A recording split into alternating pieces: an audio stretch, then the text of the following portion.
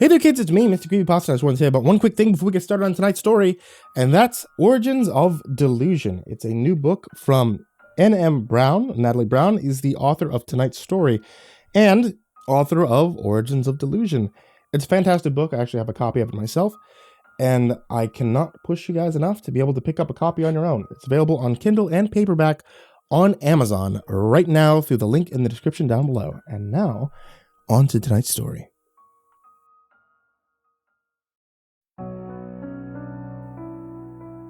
Hi, you've reached Aaron and Kate. We're not home right now, but leave a message and we'll get back to you. Thanks. Kate, this is your mother. You didn't call last night. You missed lunch with us today? I'm getting very worried. Please call us back, okay? I listened to the message and looked to my wife's face. Eyes glazed over, lips contorted, her fingers fall limply from their grasp on my arm. My hands continue to shake even after I let go of her neck, and she drops to the floor. Rage still burns through my veins while my heart continues to break. You're probably wondering what happened, or why I feel myself in the situation that I'm in. You also may already think that I'm a terrible person. Before you jump to any definite conclusions, let me tell you the whole story of how I got here. Kate and I met in our early 20s. She says it was love at first sight. She said she noticed me before I noticed her. We hung out after work one night, and that night turned into a relationship that lasted 8 years. She entered my bed and never left it. We seldom left each other's side. We lived together right away, always hung out together, and we even worked together a few jobs over the years. We had a wonderful life. We had a wonderful 5 years or so. Until we started to have children. That's when her depression started. She would withdraw, go quiet. Her silence was like ice too cold for me to touch. I couldn't understand why things couldn't still be happy with just us. I know how badly she wanted to be a mother. We still had each other. We had a connection we dreamt about for most of our young lives that some people never find. We started out with just the two of us. We were happy. We could still be happy, just the two of us. After about 2 years, I made an appointment with a fertility clinic. We both needed to be checked to see what the holdup was. Well, they were able to find that her fallopian tubes were ravaged with cysts. They had to be removed. Right along with any hope or chance that we had of having our own biological child. Honestly, as terrible as it sounds to say, I'm glad that we went, because not because of the result, but because they were able to find a problem that Kate had, and they fixed it. I tried to be there for her. I tried to sympathize and help her cope. The upcoming winter season didn't seem to be helping either. We tried marriage counseling and individual therapy for her. I even spoke to a few adoption lawyers, asked about the process, give us options. It's not what she had planned, but I always supported her in her dreams. If she wanted a baby and I couldn't give it to her, then this was the next best option for me. She wouldn't hear of it, of course. Adoption was like a dirty word for her. She actually cringed when I first said it to her. She couldn't handle the idea of raising someone that she didn't nurture and grow in her womb. But forget about saving another child's quality of life. She was too narcissistic for that. I'll only be a disappointment to them, Aaron. If I don't feel that connection, they will sense it. That's not fair to them. You raise a child for the majority of its life, and that's just fine. However, when they grow to a certain age, they want to know all about their birth parents. They want to know everything about them. You have no idea how many birth parents pop up wanting to know their kids, and wouldn't you know it? It always seems to happen after they turn 18, she would say. No matter how I went about the situation, it always ended in tears, nights on the couch, silence of a frostbitten atmosphere. She seemed to have started to come around after a couple of months. I came home and found her listening to music and swirling around the kitchen tiles in her socks.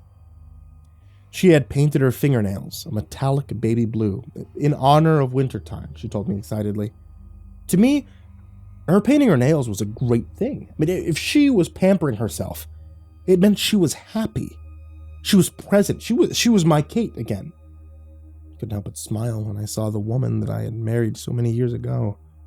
She even told me she joined a social media group about infertility, and she loved the support she was getting. It gave her strength to hear other people's struggles, get her to share her own to people who utterly understood. Yeah, I was happy for her. I wanted to tell her that I was there for her too. I also understood. I was happy that if she shared with anyone, it needed to be me, her partner. I was the only person sitting in the chair when the doctor told us. I had visions and dreams crushed too. She didn't need to hear that right now, though. No. See, now she was happy, so I was happy. She certainly was getting support. Her phone would constantly vibrate in notifications and messages, sometimes at all hours of the night. I figured, well, it was a big group, and it's not the same time everywhere in the world. She must have set it to notify her every time someone posts something or likes something of hers. She needs support from women right now, women who understand. Katie took it very seriously. I'd hand over her phone when it was near me. Went off, she'd give me looks. Looks like a kid gives his peeking neighbor during a test before he covers his paper so he can't copy. Hey, babe, she said, looking at me with dancing eyes. Some of the women of the group are talking about picking a weekend and doing a spa. One of those meet and greets. More people in contact with each other, and for women to get pampered and cry on each other and things like that. I mean, it's not like we have to find anyone to watch our kids. She tried to joke with a pained smile. Does that sound like something you'd like to go to with me? I knew if I hesitated too long, it was going to be bad, one way or another. I would have to take off work, and God knows where this meeting place was going to be. The chances that it would be in our city, hell, even our state, they were slim to none. Honestly, all the crying would be so unsettling and awkward for me, and yet, yes, I do love my wife. She's the only one I've ever loved in my life. However, infertility was already something I had made peace with and accepted months ago. I couldn't bring the level of understanding to the table that was needed for this.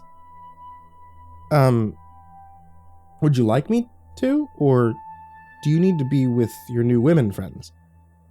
I honestly wanted to go and support you if you need me.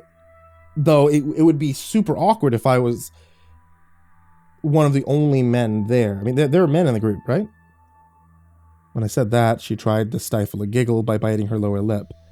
She shook her head no, and then burst into giggles, apologizing in between breaths.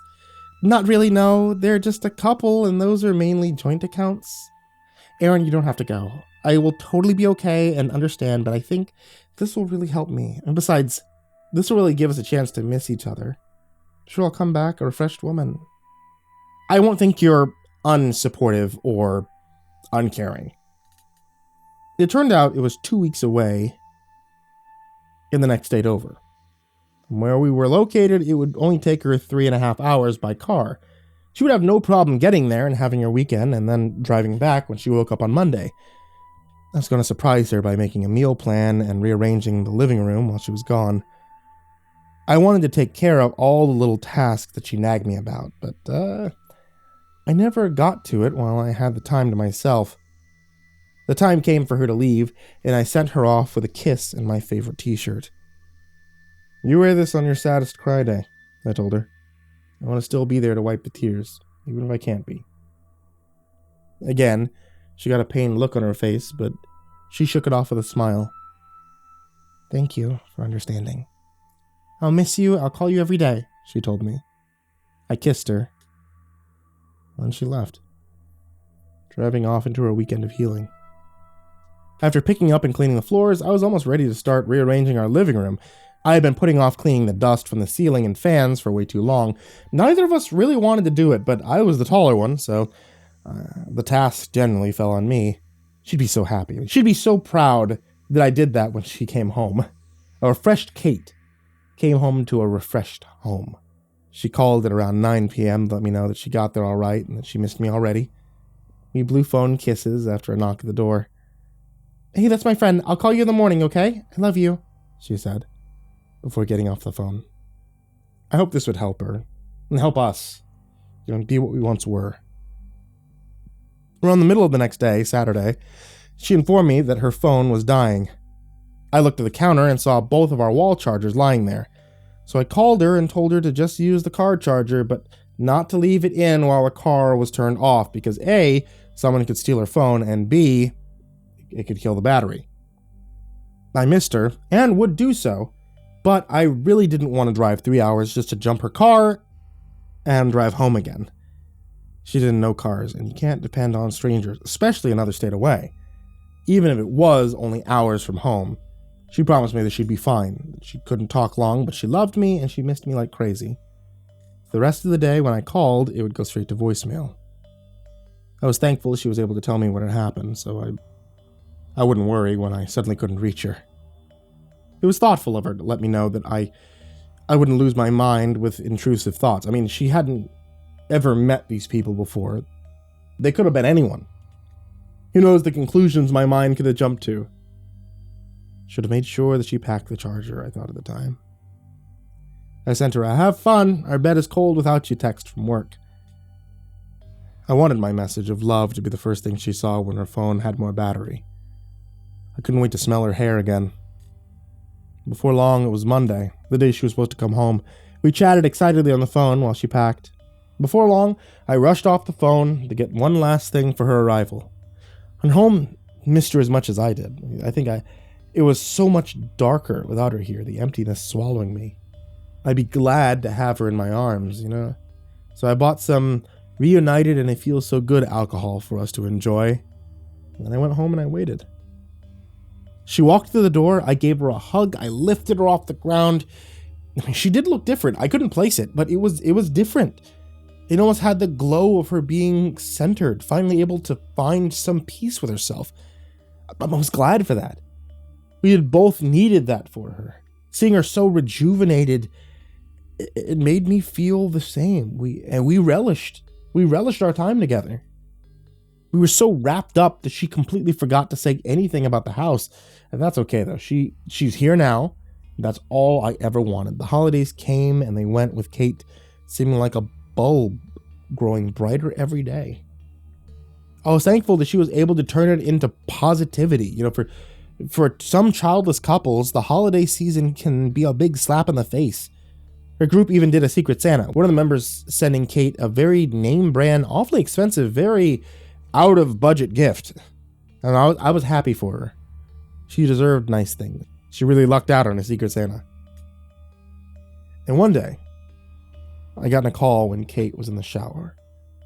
It was her mom saying that her father was having some chest pains, so she was taking him to the hospital. I relayed the message to her. She rushed out. I handed her some clothes, her purse, the keys. I lovingly told her to keep me updated on her way out. I hoped my father-in-law was going to be okay. I would have gone with her, but I had work in a little over an hour. I heard a buzzing, and I looked around our room to see where it was coming from. It sounded like a phone, so I checked mine. It wasn't mine. I got on the floor, peered under the bed, and there was Kate's phone. It probably fell out from her purse when I picked it up and handed it to her, so I couldn't help myself. I unlocked her screen. What I saw made the color drain from my body and curdled my stomach instantly. Katie. I had so much fun over this weekend. I can't believe how amazing everything was. I didn't even want to sleep. It's crazy how things went. Now we know. Alan. Oh my god, me too. I felt so comfortable with you. 3.5 days, it's like we had been together for years. Katie, I think this group is going to have monthly meetings if I can manage. We've been talking for so long, then we met and it was like an instant connection. I can't wait to see you again. I knew I loved you, and then it was confirmed for me 100% when I saw you. I can't wait to meet your son. Alan, me too. It's all I can think about. I know that my kid will love you just as much as I do. You are perfection, the total package. A trophy to be shown and proud of. Say you're hot would be an insult. Your beauty in every way. Now that we know it's real, you have to work on your end of the situation. I won't be played for a chump. If you do love me and want me, you need to do some decision making. This isn't a game and it's not a fairy tale. If your husband makes you happy, I'm out ski. But if you want me, do the work. Text me when it's okay to text back. I love you, gorgeous. I read the message repeatedly until the words blurred through my tears. My mind raced to try to think of something, anything to make this look different from what it obviously was. I mean, she knew when she asked me to come with her that I would say no. That's why she made it so easy for me. We had never taken separate getaways before. All our vacations were always taken together. She had changed. She was happy. And now I knew it was because of him. She had healed all right. Healed herself right into someone else's family. She reacts like I say the word abortion instead of adoption. And now she can't wait to meet his son? This was too much. She had thought that I wouldn't understand her healing process. She was fucking right. There was nothing to make me understand this. When was she going to tell me? Was she going to tell me? Would I just come home one day to a note saying, adios, Aaron, that's been fun? I reached to the trash can and I threw up. My love turning to bile in my throat, spewing out. All her words, all of the love, all the plans and promises turning to poison in my heart. Every memory seemed like a lie, every struggle unfelt by her. Did she even want children with me? Did she ever love me? What was the point of all this? Every single question branched off into 5 more questions, attacking my mind like a murder of crows. I lit a cigarette on my way out to my car, drove to the corner store and bought a lot of beer. See, I never drank, but if there was ever a time for it, now was that time. I chugged one in the parking lot and opened another for the ride home. My father always said that the road to a man's self-destruction always began with a woman. It looked like he was right, I thought, as I threw a crushed can out of the window. I lit another cigarette as I pulled into the driveway and saw her car there. Without a thought or a care, I drank 2 more before going inside. Lit cigarette and all. She was sitting there on our bed with her phone laying in front of her with a screen lit up. Her eyes widened when she saw me smoking in the house. She opened her mouth to say something about it, but then quickly closed it, realizing the shots weren't hers to call here. She wasn't upset or crying, she just looked. She looked numb. I never wanted to hit a woman in my life, but my hand throbbed with the desire to. I rubbed my hand to my jeans to try to disperse the energy. You can tell Alan it's safe for him to message you now. He can message you anytime he wants. And it's not my problem anymore. You've never been who I thought you were. The past 8 years were a lie. I slurred as my words turned to blubbering tears. I didn't want to give her the satisfaction of seeing my heart break, but I couldn't help it. Through all my anger and all my hate, I still saw her there sitting on the bed. She looked so small and lost, and all I wanted to do was hold her. That wouldn't happen, though, not ever again if I could help it. She finally cried and apologized. She promised that she would end it and block him and get rid of social media entirely to work on us. She said she wanted to be a better wife and got lost. She said she got mixed up and the situation became too big for her to get out of. She needed help. She actually had the gall to tell me that she was glad she got caught and now I could help her get out of it. She said she never stopped loving me and never loved him. I felt neglected by you, Aaron. I felt like I lost you and myself when we couldn't have kids. I thought I had found myself and found our life, but I was wrong. I went to leave you and I couldn't do it, Aaron. I will do anything to fix this. We can come out of this stronger and with a better understanding of each other. We spent an entire week apart. Me taking a trip of my own, out of state to clear my head. She went to my parents and cried to them about what she had done. She apologized for hurting their son, asking for their forgiveness, figuring it would eventually lead to me. Though manipulative and inconsiderate to my parents' mental health, it worked. She picked me up from the airport, and again, I hugged her so hard I lifted her off the ground. We went home and reconnected. We talked for hours into the night, and then again when we woke up the next day. We had worked a lot out and decided what we needed from each other. To get past this, not let it ruin us. The only thing I asked of her was to block his number from her phone, and to never, under any circumstances, positive or negative, have contact with him again. This was my time to heal. That was the only way I was going to be able to do it. I wouldn't forgive her twice. Though I didn't tell her at the time. She did ruin us. I saw Alan's picture next to the message, so I knew his face. Every time I would go to kiss her or touch her, I would see his face like a ghost. Alan making her laugh. Him kissing her forehead. Him making her sweat. I hated it. I wanted to hate her. But I couldn't. Despite everything, she was still the woman I loved and always would be, even if I did leave her. We would get through this. And a part of me already died when I found out what she did. Maybe that part will grow back stronger. Better. A few more months went by. Valentine's Day came and went with no issue. I was nervous about it, but Kate tried her best to make sure it was a good day for me. For us. I started to see the ghost of Alan less and less. Kate was turning into the woman I married again. It was terrible that she needed this to get back to that, but as long as I had her, we could work it out. She would never leave me again. She promised. She had deleted social media as promised, and Alan's number remained blocked. My heart started to slowly heal. I was well on my way, in love with her again. Not like nothing had happened, but like we didn't let it break us. I stopped checking up on her as much. She felt terrible about it. Seemed to punish herself more every day than I ever could, so we let it fade into the past. Hey Aaron, can you please look at my phone?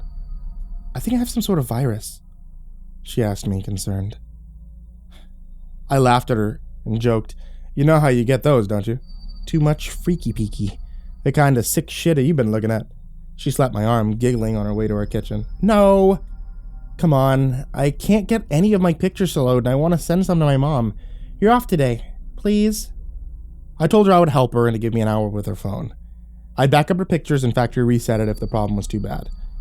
I transferred her phone over to our computer just in case. Then I unplugged her phone, looked through her messages to make sure she didn't lose any important numbers or pictures if I reset it. I went to the text settings to see if there was any locked or starred messages with pictures of us.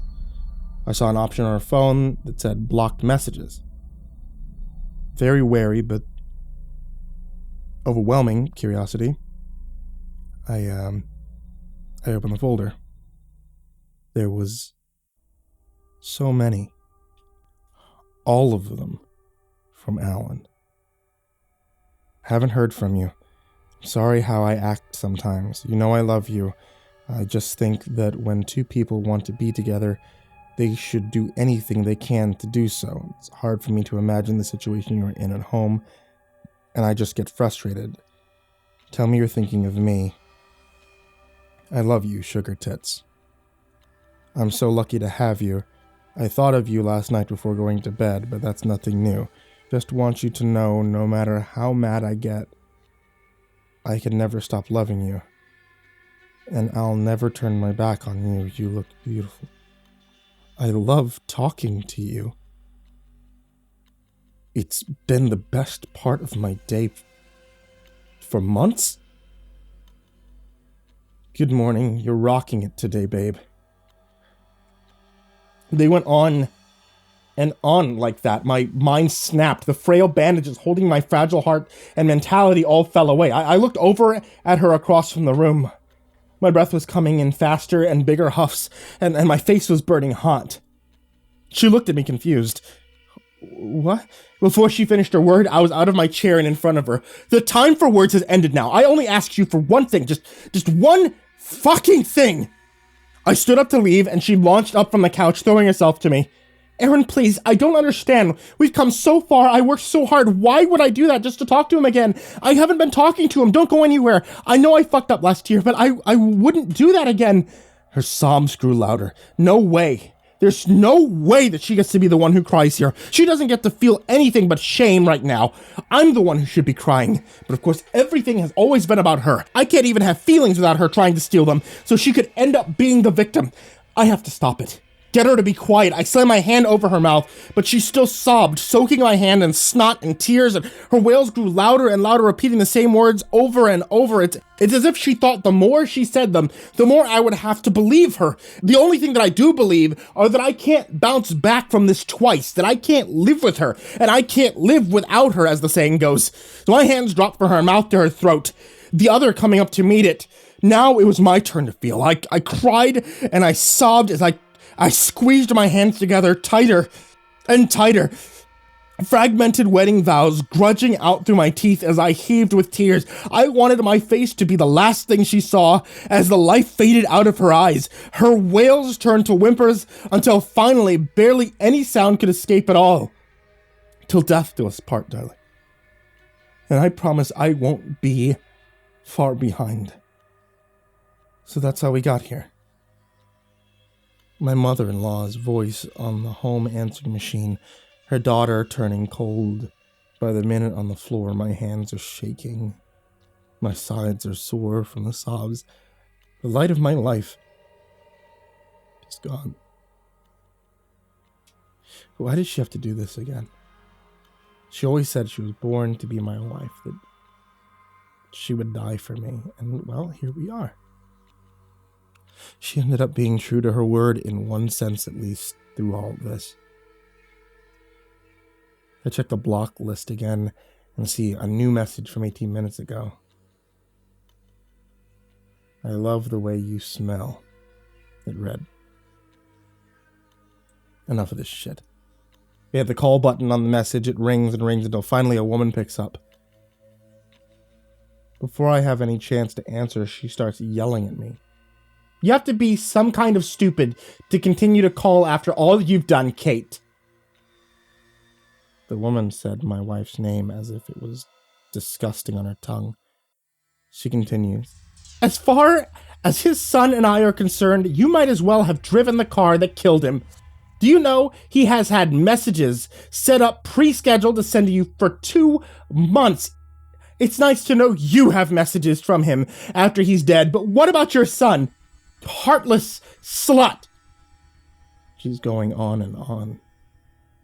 Hysterical with fury. I tune her out and I hang up the phone without a word. I really think about what she says. She said the words killed. And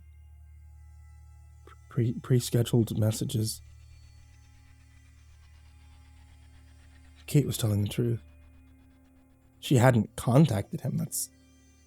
This also explained why he still went on as if they were together. It's really over. She was mine again. Oh my God, I've killed her. I run to the bathroom, rifling through the medicine cabinet and grab a bottle. I don't plan to call the police or turn myself in, but surely the neighbors heard the noise. They must have called them already anyway. I don't know if I'll have the courage. For now, I'm gonna snuggle up to my sweetheart. I want to hold her for as long as I can and not let go.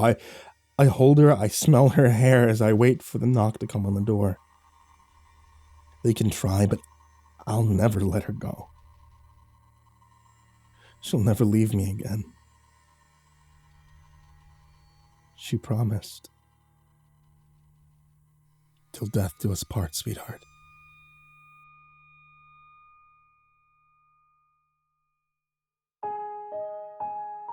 Hey there kids, it's me, MrCreepyPasta, and I just wanted to tell you thank you so much for watching tonight's video, or listening to tonight's episode of the podcast. It really helps me out whenever you guys do things like listen, or watch. And it really helps if you guys also subscribe to the podcast, or subscribe to the YouTube channel, or do things like clicking the bell, or clicking the like button.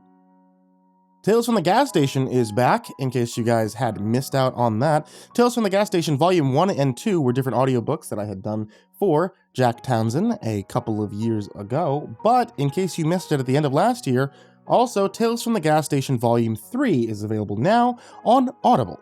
You can check it out by looking for Tales from the Gas Station or searching for MrCreepyPasta on Audible, or, scroll down to the description and click the links there.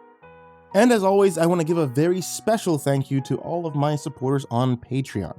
You guys are the ones who help me keep the lights on the house, as well as allow me to do things like commission brand new stories. In case you guys haven't noticed, we hit that tier. So, a very special thank you to Jordan Alexander Sanchez, Stricken, Chase Burnett, Deanna Kraus, G Weevil 3, Tristan Pelton, 1-800-Nightmare, Acid System, Aaron Stormcrow, Azurine Fox, Bobby Karman, Chris Lovins, Cryptic Nightmares, The Doctor, Daniel Polson, Dr. Stein and Mr. Happy, Eurogore, Freddy Krueger, Fried Chicken 12, Hades Nephew, InfernalOne, James Bruce, James Lowe, Jason VR Wilson, JimboTheHutt, Jordan Nells, Jordan Johnson, Caleb Dougal, Kiri the Sloth, Legit Quad Feed, Liam Newman, Lisa Cottrell, Marco Takes Dabs 420, Michael Scharbrough, Nico Kayo, Nina Smith, Prozac and Pancake Appreciation Society, Rafael Rodriguez, Robert White, S-Man, Sky Harbor, Snails Burnett, Talon Karlik, The Ginger Bros, Trace Miles, Tsuji Campbell, Tynannie, Unknown Nobody, Andre Garcia, Brianna Wright, Brian Ace, Caspian, hogunkji, and Someone You Love. And also a very special thank you to everybody who's down there in the description down below. All you guys who are listed as Patreons and everybody who's even supporting for just $1, I really love and appreciate you guys. And if you want to join them, you can always head over to patreon.com/MrCreepyPasta. Even $1 a month, honestly, it keeps the show going. So thank you guys so much. And to everyone out there, sweet dreams.